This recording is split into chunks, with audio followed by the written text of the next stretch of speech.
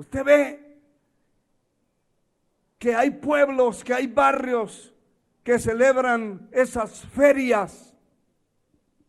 Son costumbres que se vienen arrastrando. Así hayan muertos, borrachos, drogadictos, violados, de todo, desórdenes tremendos que las fuerzas del orden en ocasiones no pueden ni controlar, pero eso está establecido como costumbre. Y vaya usted a quitarle, levántese un gobierno a quitarle esas costumbres malignas, corruptas que tiene la gente, para que vea que lo votan. Hacen huelgas, se meten todos, se meten los vándalos, estudiantes de las universidades, y se levantan contra un gobierno y lo quitan. ¿Usted cree que si aquí, en este país, se levantara un grupo apoyado por el gobierno a quitar todos esos cohetes que han causado tantas muertes, tantos imposibilitados? Hay gente sin brazos, sin manos, sin ojos, sin cabeza y muertos. Otros sin manos están ahí viviendo el resto del cuerpo, sin piernas, sin pies, ciegos. ¿Pero usted cree que pueden quitar eso? Porque se arraigó la costumbre. Aquí dice la palabra: no deje de congregarse como algunos. A ver, díganlo ustedes. A ver, dígalo más fuerte. Sí, señor. Ya es una tradición para muchos. Es una tradición. Y hay gente que le dice a otro: pero yo fui el martes, ¿para qué voy el jueves? ¿Para qué? Ya el resto de la semana todavía arrastran aquella religiosidad del catolicismo, que si va a las 5 de la mañana a misa, ya en toda la semana está santificado. Por eso, esto tiene que ser el que Dios escoge y atrae, el que Dios llama, el que Dios pone en su causa, en su obra, en su pueblo, para que le sirva. Ese no tiene esas costumbres, no tiene sus malos hábitos, no dejando de congregarse como algunos tienen por costumbre, sino exhortándoos. El templo, la iglesia, la congregación es para ayudarse el uno al otro. Si usted ve que el otro está andando mal, se le acerca y le dice: no es correcta esa vestidura que trae, no es correcto esa forma de hablar que lo estoy escuchando, no es correcto llegar a medio culto. Para eso es. Eso se llama exhortar, exhortándonos tanto más cuando vemos que aquel día se acerca. Eso indica también que los cristianos que fueron escogidos y atraídos por el Señor tienen que tener hambre de Dios y buscan el agua de la presencia de Dios, de la palabra, y el pan que es la palabra bendita que alimenta nuestra alma. A Dios sea la gloria por siempre. A Dios sea la gloria.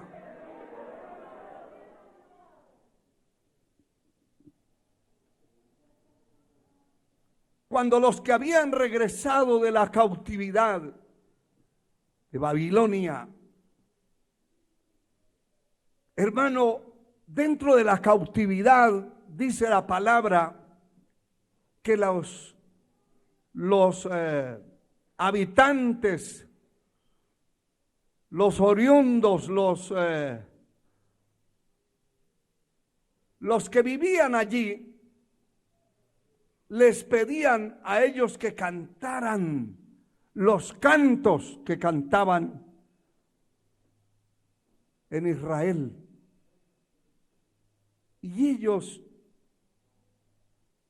habían colgado esas arpas, habían colgado los instrumentos de música y habían cerrado la boca porque estaban en cautiverio. Porque y eso era lo que respondían. ¿Cómo quieren que cantemos cánticos a Dios si estamos en cautiverio? No podemos cantar. Y habían colgado los instrumentos, las arpas, los instrumentos musicales. Pero cuando regresan, y es lo que quiero dejar en su corazón, cuando esta gente regresa y ya se organizan como pueblo, se establecen, entonces de una vez piensan en restaurar el culto a Dios, restablecerlo, retomar eso, y empiezan bajo el liderazgo de capítulo 3 de Esdras. Dice el final del verso 8, y el sacerdotes y levitas y todos los que habían venido de la cautividad. Y esta parte me llama la atención porque dice que todos los que habían venido de la cautividad a Jerusalén y pusieron a los levitas de 20 años arriba para que activasen la obra de la casa de Dios. Empezó la reforma, empezó toda la reconstrucción de lo que no habían podido hacer por casi 2 generaciones. Alabado sea el Señor. ¿Cómo será? Aquí con 8 meses ya a muchos se les olvidó cómo se canta, cómo se hacen palmas. ¿Qué tal en 70 años? 70 años. Que muchos murieron y ya no volvieron a cantar, no volvieron a estar en el templo, no volvieron, porque en todo eso se murió mucha gente, miles y miles. Pero esto que aparece escrito, que está escrito en el verso 10 en adelante, dice: cuando los albañiles del templo de Jehová echaban los cimientos, pusieron a los sacerdotes vestidos de sus ropas y con trompetas, y a los levitas, hijos de Asaf, con címbalos, para que alabasen a Jehová según la ordenanza de David, rey de Israel, y cantaban alabando y dando gracias a Jehová y diciendo: porque Él es bueno. ¿Cuántos saben que así es? Y porque para siempre su misericordia sobre Israel. Y todo el pueblo aclamaba con gran júbilo. Todo el pueblo aclamaba con gran júbilo, alabando a Jehová, porque se echaban los cimientos de la casa de Jehová. Usted dirá: bueno, eso era la construcción de ese templo, de ese tabernáculo. ¿Qué tiene que ver con nosotros ahora? Pues lo que tiene que ver es que si solamente la gente que entiende, yo creo que todos ustedes son entendidos. Dígame el que no lo es. Bueno, todos entienden. Gracias a Dios. Solamente el que entiende sabe que cuando se están echando los cimientos de un para hacer un templo de un edificio que va a ser dedicado a Dios, debe haber una alegría tremenda. ¿Por qué? Porque es que allí se va a concentrar un pueblo que va a glorificar al Dios de los cielos, que va a bendecir a Dios, que no es una casa para vivir una familia simplemente. Es un lugar de adoración. Y esta gente entendía, porque habían pasado una experiencia horrible. Algunos habían nacido allí y ya tenían 60, 70 años. Y nunca habían estado adorando a Dios porque no podían. Esas arpas se pudrieron por allá, los instrumentos, y ahora regresaron. Pero en esta reforma, en esta reorganización, ponen los de 20 años para arriba, para adorar, para organizar el culto a Dios. Y entonces se juntan todos y empieza la alabanza, la adoración, los instrumentos a sonar y el pueblo a glorificar y a gritar, hermano. Eso no era una cosa así. Ay, están trabajando los albañiles. No, hermano, eso era una gritería. Mire, le sigo leyendo. Dele gloria a Dios. Verso 11, y cantaban alabando y dando gracias a Jehová, diciendo: porque Él es bueno, porque para siempre es su misericordia sobre Israel. Y todo el pueblo aclamaba con gran júbilo, alabando a Jehová, porque echaban los cimientos de la casa de Jehová. Y muchos de los sacerdotes y de los levitas y de los jefes de las casas paternas, ancianos que habían visto la casa primera, algunos no se habían muerto por allá en el cautiverio, y esos habían visto la primera casa y sabían cómo se adoraba y cómo se bendecía a Dios. Y viendo echar los cimientos de esta casa, lloraban. Si yo le hago una pregunta, habrá alguien que me la pueda responder. ¿Quién de ustedes lloraba por no poder hacer culto aquí? ¿No sería que lloraba de alegría?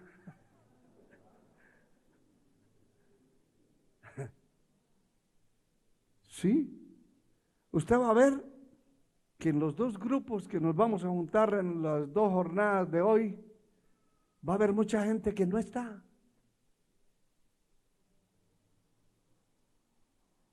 Esos están en la playa. Están por allá como los sopes tirados en la arena. Pero cuando yo encuentro estas cosas, digo: Dios mío, si lo que yo siento será porque soy yo, o qué, o estoy fallando con sentir eso. No, hermano, es que el que Dios ha escogido y ha traído siente lo que otros no sienten. Sí, Señor. Mire que aquellos que habían tenido la experiencia de ver la primera casa y haber adorado y haber servido a Dios, cuando vieron que estaban echando los cimientos para hacer otra casa, empezaron a llorar, hermano. Tremendo. Aleluya. Lloraban en alta voz, mientras muchos otros daban grandes gritos de alegría. Mire, unos lloraban, otros gritaban de alegría. Se formó una revolución.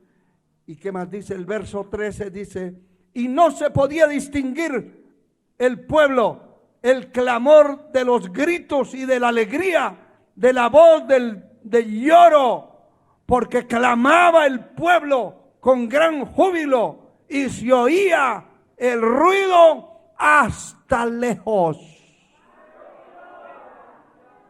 ¿Puede usted levantar hoy las manos? A ver, que se oiga hasta la calle a su nombre.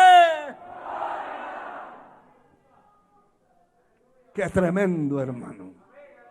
Qué tremendo. Porque cuando uno siente que es parte.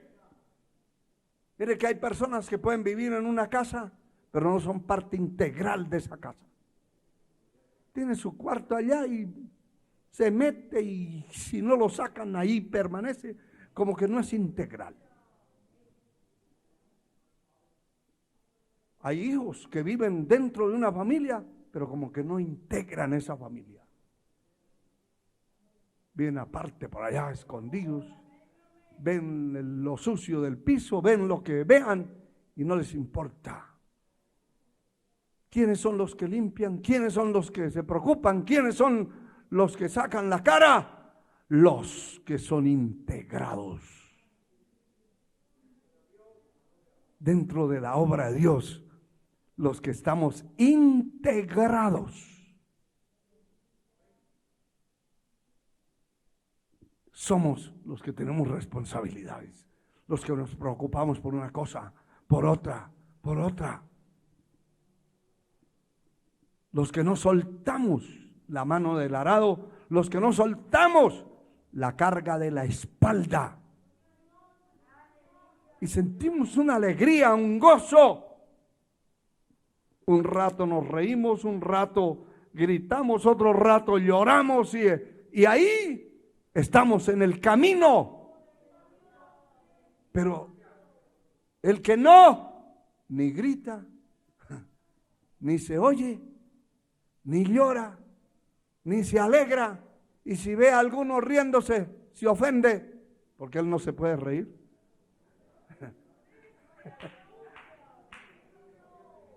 Y si ve a algo otro llorando, dice, pero ¿qué tanta lloradera?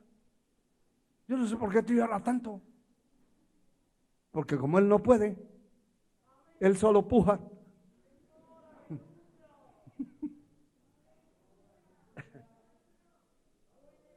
Pero el que está integrado, si tiene que gritar, grita.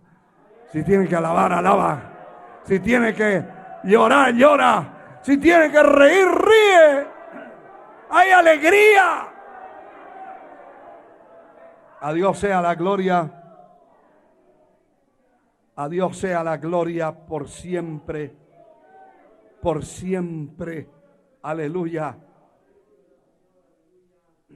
El Salmo número 84 dice esta palabra bendita.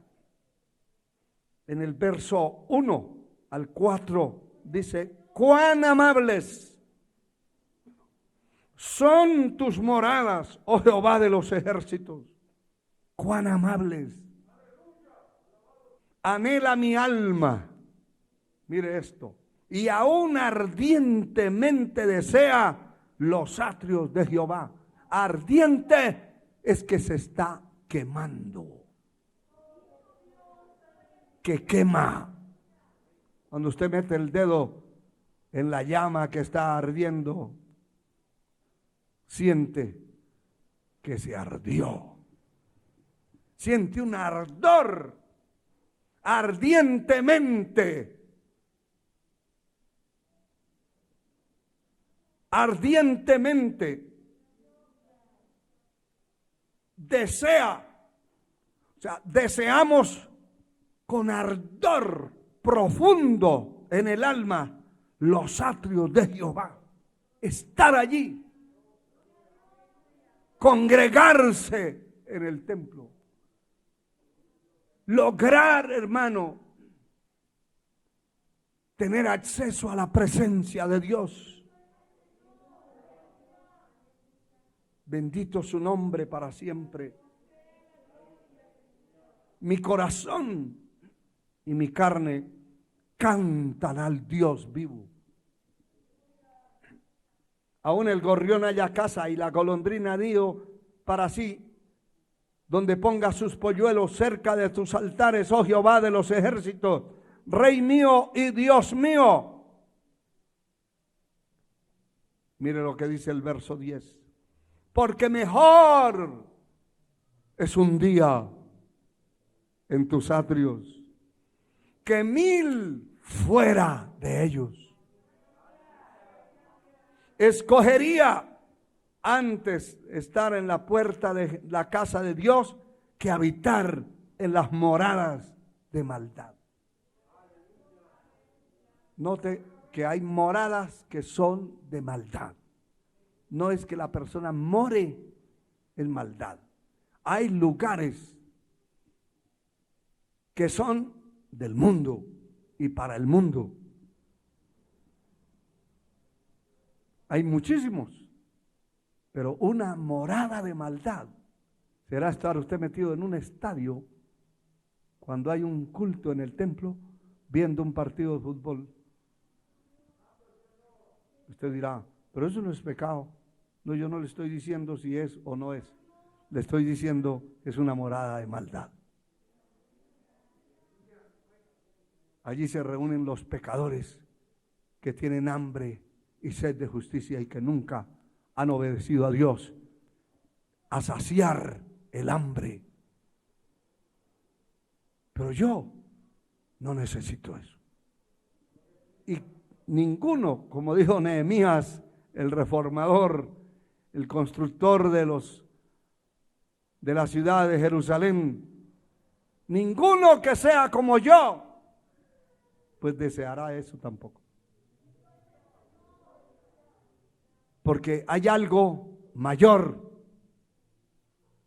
hay algo más grande que entró a mi corazón, a mi alma, que satisfizo el hambre y la sed de mi alma, que el mundo no me pudo dar. No tengo nada que desearle al mundo.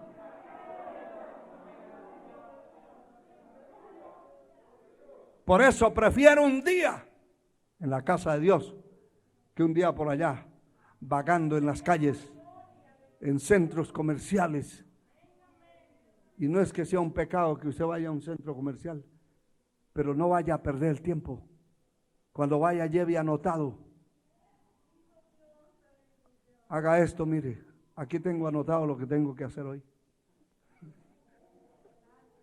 Y cuando voy a un centro comercial, voy directamente a lo que tengo que ir. No poner a pasear, a vagar. Como el que sale en un carro y le preguntan, ¿y a dónde va? No sé, a quemar gasolina, a quemar gasolina. Ese debe estar, es allá en la zona 18 donde están los locos.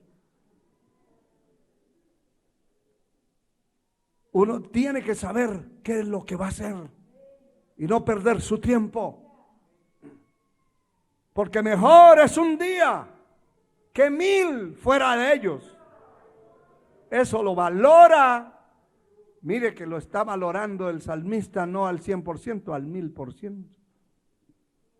Eso lo valora el que siente, el que tiene hambre, el que siente lo que significa estar en la presencia de Dios. A su nombre sea la gloria. A su nombre gloria. Aleluya. Estamos finalizando. No podemos terminar todo este estudio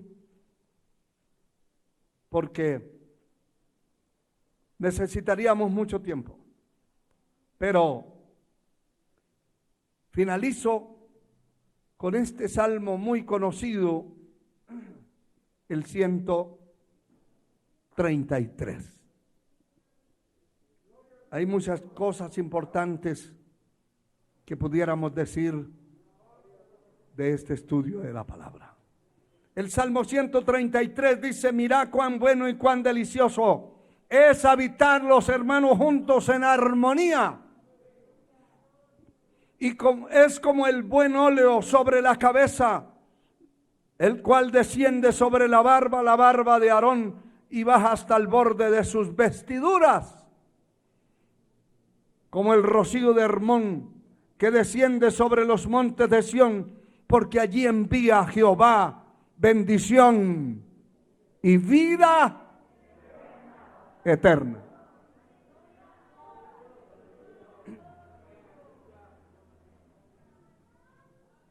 Cuando el pueblo se reúne a adorar a Dios, a inquirir, a contemplar la hermosura de Dios, a servirle al Señor, entonces, hermano, allí, en esa armonía, en esa unidad, en ese compañerismo, el Señor envía bendición. Hay muchos, como decíamos anteriormente, muchos elementos que forman parte de congregarse en un templo, porque en el templo hay revelación. En el templo es un lugar de encuentro con la presencia de Dios, donde no hay otros quehaceres que se están realizando, donde no hay un teléfono encendido contestando llamadas, donde no hay pleitos, donde no está diciendo la señora que falta el frijol, que falta la carne, que falta el pollo, sino que allí está la presencia de Dios y eso es lo que importa. Y cuando está eso en un grupo de personas, hacen que se provoque la manifestación de la presencia de Dios y que la persona empiece a sentir que Dios está vivo y que su alma necesita a Dios de verdad. Y entonces el Señor envía bendición y vida eterna, porque la bendición de Dios es eterna, eterna. Todo lo que Dios, lo que emana de Dios es eterno, porque Él no es de carne y huesos como nosotros, ni es temporal, es eterno. Que Dios nos ayude, hermano, y que Dios ayude a cada uno de ustedes, que realmente pueda haber en su corazón ese anhelo profundo por servir al Señor, ese anhelo profundo de tener hambre de Dios, que no lo tenga que empujar nadie, sino su propia vida. Póngase de pie.